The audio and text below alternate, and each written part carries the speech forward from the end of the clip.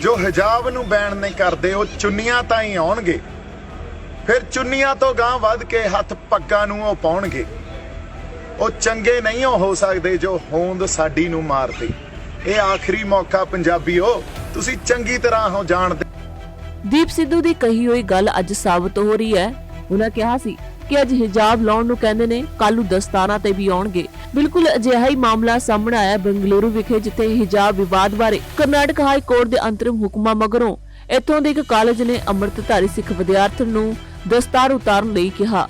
Karnataka high court ਨੇ ਹਿਜਾਬ ਵਿਵਾਦ ਨਾਲ ਸੰਬੰਧਿਤ ਚੱਲ ਰਹੇ ਕੇਸ 'ਚ ਅੰਤਰਿਮ ਹੁਕਮਾਂ 'ਚ ਸੂਬੇ ਦੇ ਸਾਰੇ ਵਿਦਿਆਰਥੀਆਂ ਨੂੰ ਜਮਾਤਾਂ ਅੰਦਰ ਪਗਮਾਸ਼ਾਲਾ, ਸਕਾਰਫ, ਹਿਜਾਬ ਅਤੇ ਹੋਰ ਕੋਈ ਧਾਰਮਿਕ ਚਿੰਨ੍ਹ ਪਹਿਨਣ ਤੇ ਰੋਕ ਲਾਈ ਹੋਈ ਹੈ। ਕਾਲਜ ਅਧਿਕਾਰੀਆਂ ਨੇ ਕਿਹਾ ਕਿ ਜਦੋਂ ਵਿਦਿਅਕ ਅਦਾਰੇ 16 ਫਰਵਰੀ ਨੂੰ ਮੁੜ ਤੋਂ ਖੁੱਲੇ ਸਨ ਤਾਂ ਸਾਰੇ ਵਿਦਿਆਰਥੀਆਂ ਨੂੰ ਅਦਾਲਤ ਦੇ ਹੁਕਮਾਂ ਦੀ ਜਾਣਕਾਰੀ ਦੇ ਦਿੱਤੀ ਗਈ ਸੀ। ਪ੍ਰੀ ਯੂਨੀਵਰਸਿਟੀ ਸਿੱਖਿਆ ਦੇ ਡਿਪਟੀ ਡਾਇਰੈਕਟਰ ਨੇ ਇਸ ਹਫ਼ਤੇ ਦੇ ਸ਼ੁਰੂ 'ਚ ਜਦੋਂ ਕਾਲਜ ਦਾ ਦੌਰਾ ਕੀਤਾ ਸੀ ਤਾਂ ਉਹਨਾਂ ਨੇ ਕੁਝ ਵਿਦਿਆਰਥੀਆਂ ਨੂੰ ਹਿਜਾਬ 'ਚ ਦੇਖਿਆ। ਉਹਨਾਂ ਵਿਦਿਆਰਥੀਆਂ ਨੂੰ ਅਦਾਲਤ ਦੇ ਹੁਕਮਾਂ ਬਾਰੇ ਜਾਣਕਾਰੀ ਦਿੱਤੀ ਅਤੇ ਉਸ ਦੀ ਪਾਲਣਾ ਕਰਨ ਲਈ ਕਿਹਾ। ਇਹਨਾਂ ਵਿਦਿਆਰਥੀਆਂ ਨੇ ਮੰਗ ਕੀਤੀ ਸੀ ਕਿ ਸਿੱਖਾਂ ਸਮੇਤ ਕਿਸੇ ਵੀ ਲੜਕੀ ਨੂੰ ਧਾਰਮਿਕ ਚਿੰਨ੍ਹ ਪਹਿਨਣ ਦੀ ਇਜਾਜ਼ਤ ਨਹੀਂ ਦਿੱਤੀ ਜਾਣੀ ਚਾਹੀਦੀ। ਕਾਲਜ ਨੇ ਸਿੱਖ ਲੜਕੀ ਦੇ ਪਿਤਾ ਨਾਲ ਸੰਪਰਕ ਕੀਤਾ ਅਤੇ ਉਹਨਾਂ ਨੂੰ ਅਦਾਲਤ ਦੇ ਹੁਕਮਾਂ ਦੀ ਜਾਣਕਾਰੀ ਦਿੰਦਿਆਂ ਇਸ ਦੇ ਪਾਲਣ ਤੇ ਜ਼ੋਰ ਦਿੱਤਾ।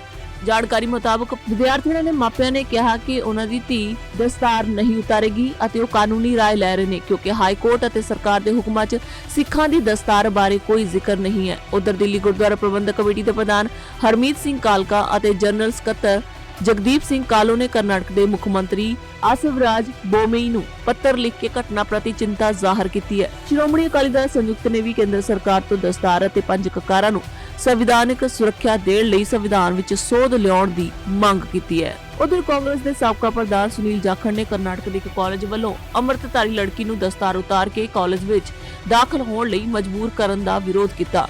ਉਹਨਾਂ ਕਿਹਾ ਕਿ ਸਿੱਖ ਭਾਈਚਾਰਾ ਫਰਾਂਸ, ਅਮਰੀਕਾ ਸਣੇ ਹੋਰ ਮੁਲਕਾਂ 'ਚ ਆਪਣੀ ਪਛਾਣ ਕਾਇਮ ਰੱਖਣ ਲਈ ਲੜਾਈਆਂ ਲੜਦਾ ਰਿਹਾ ਹੈ, ਪਰ ਅੱਜ ਆਪਣੇ ਹੀ ਦੇਸ਼ ਵਿੱਚ ਸਿੱਖ ਭਾਈਚਾਰੇ ਨਾਲ ਧੱਕਾ ਹੋ ਰਿਹਾ ਹੈ। ਉਹਨਾਂ ਕਿਹਾ ਕਿ ਪੰਜਾਬ ਚੋਣਾਂ ਦੌਰਾਨ ਕੇਂਦਰ ਸਰਕਾਰ ਦੇ ਕਈ ਮੰਤਰੀਆਂ ਨੇ ਪੰਜਾਬੀਆਂ ਨਾਲ ਭਾਈਚਾਰਕ ਸਾਂਝ ਹੋਣ ਦਾ ਦਿਖਾਵਾ ਕੀਤਾ ਹੈ।